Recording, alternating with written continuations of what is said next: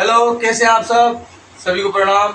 मैंने आपसे कहा था कि इंग्लिश को सीखना बड़ा ही आसान है। आप देख सकते हैं यहाँ पर किस प्रकार से हिंदी के शब्द लिखे हुए हैं और ये हिंदी टू इंग्लिश अ से लेकर ग तक शब्दों का प्रयोग करके हम इन्हीं सारे शब्दों को इंग्लिश में बना लेंगे। तो चलिए शुरू करते हैं। पहला अक्षर लिखा हुआ है आपके सामने नीलम।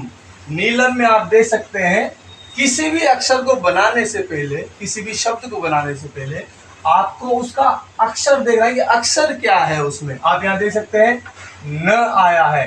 न किससे बनता है आपको पता होना चाहिए। न एन और ए से बनता है। तो यहाँ पर हम सिर्फ एन लिखेंगे क्योंकि इस नी के साथ में बड़ी की मात्रा भी है। अब बड़ी की मात्रा किसे लगती है ये आपको पता होना चाहिए।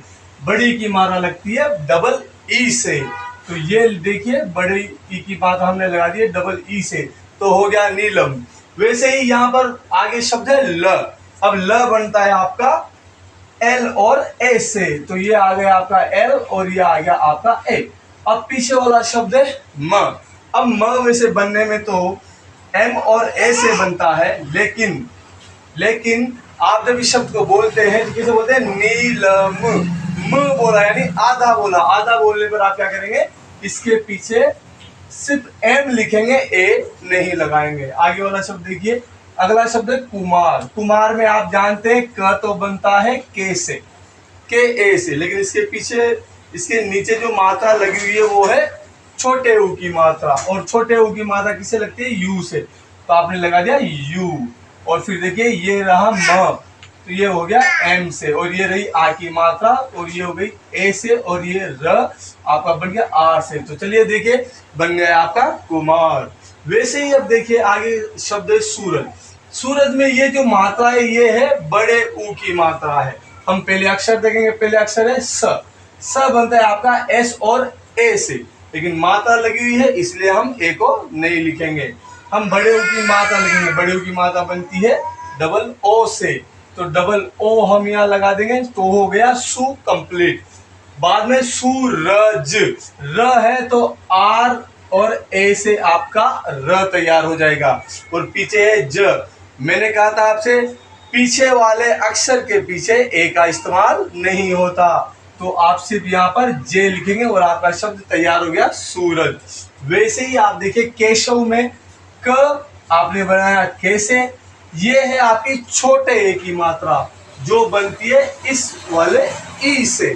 तो देखिए ये बना दिया हमने ई से छोटे ए की मात्रा। अब शब्द है श। श बनता है आपका एस एच और ए से, केश, और फिर है आपका व, और मैंने कहा था पीछे वाले शब्द के साथ ए का इस्तेमाल नहीं होता, तो ये बन गया आपका शब्द तैयार केशव। वैसे ही आगे देखिए म अक्षर है। म आप जानते हैं एम से बनता है, लेकिन इसके ऊपर की जो मात्रा इसे कहते हैं बड़े ए की मात्रा। बड़े ए की मात्रा लगती है ए और आई से, तो आप देख सकते हैं ए और आई से आपकी बड़े ए की मात्रा तैयार हो गई। आगे शब्द है ना। एन और ए से ये भी तैयार हो गए, तो बन गया शब्द मैना। वैसे आप देखिए कोमल में क है, तो क और ओ की मात्रा ये रही। म आपका एम और ए से, और ल एल, पीछे ए हम नहीं लगाएंगे। प्लस आगे शब्द को में आप देख सकते हैं बड़े ओ की मात्रा है। क बनता है के से, बड़े ओ की मात्रा ए और यू से, और श बनता है आपका एस और एच से, और फिर आ गया अंत में फिर से ल बनता है आपका एल से, ए का यूज नहीं होता। तो कैसा लगा आपको ये वीडियो? मैंने आपसे कहा था कि मैं आपको आसान तरीके से हिंदी के शब्द इंग्लिश में बनाना बताऊंगा। ऐसे ही वीडियो को देखते रहें, सीखते रहिए। आपके लिए इंग्लिश हिंदी के जैसा सिंपल हो जाएगा। लाइक एंड शेयर करिए अपने YouTube चैनल को जिसका नाम है मास्टर स्टॉक विन।